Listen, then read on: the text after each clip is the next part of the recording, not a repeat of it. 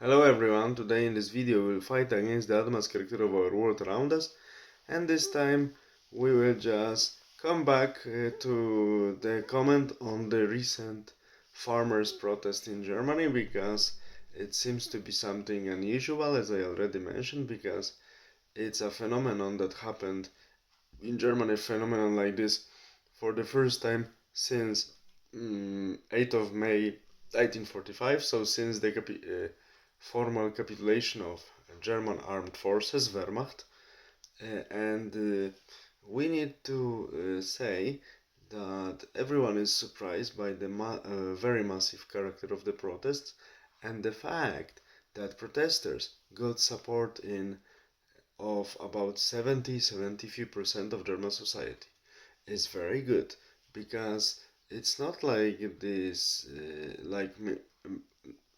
like media said, that they are fighting only for the subsidies to the fuel and some other minor stuff. No, they are fighting against a really madhouse agenda of pseudo-green environmental approach to the environment that generates costs in their work.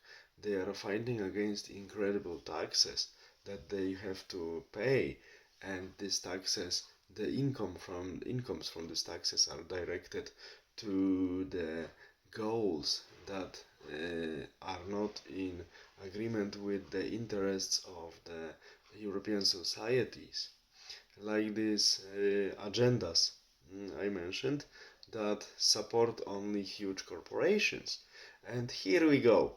For instance, they are protesting against opening the European Union market for the agricultural products from Ukrainian holdings. Actually, agricultural holdings are acting in Ukraine, I should say, because uh, not only Ukrainian oligarchs are the owners of these many holdings.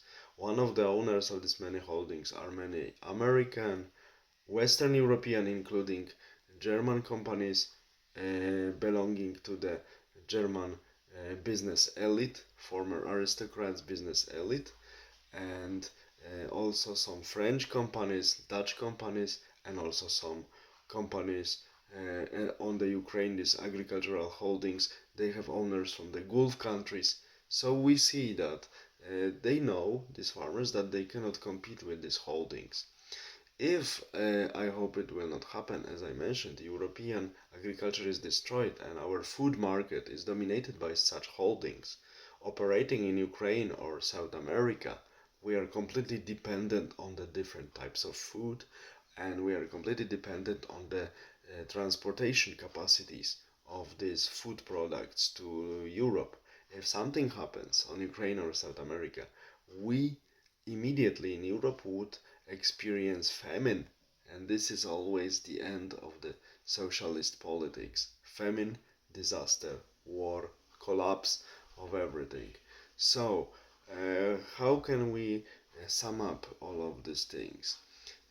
I would say something very surprising for many people who are brainwashed by the European Union propaganda, by European governments we see and governments we don't see, and European Union institutions. European Union institutions practice shows us that are only to serve the interests of so-called lobbying groups, and lobbying groups are, among others, these agro holdings and many other corporations that want to enter the European market on the privileged position and simply milk it. So the one who pays for this all corruption practices in European Union institutions is the European taxpayer, the European consumer. So briefly, all of the citizens of European countries. So maybe the main ideas to establish European Union were good, but very quickly it evolved to gang-like, mafia-like structure that it's connected, merged with huge business, huge corporations, and it serves only the interests of huge corporations, which are paying to these politicians and giving them nice gifts.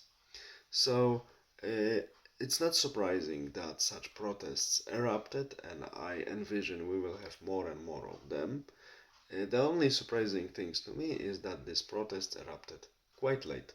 But it's better late than never that something happens, and we should support them because they are not only fighting for themselves, not only, they are fighting for all of us, not to be dominated by such insane market where lobbying groups only bribe people who are on the higher positions and no one cares about the interest of citizens and consumers.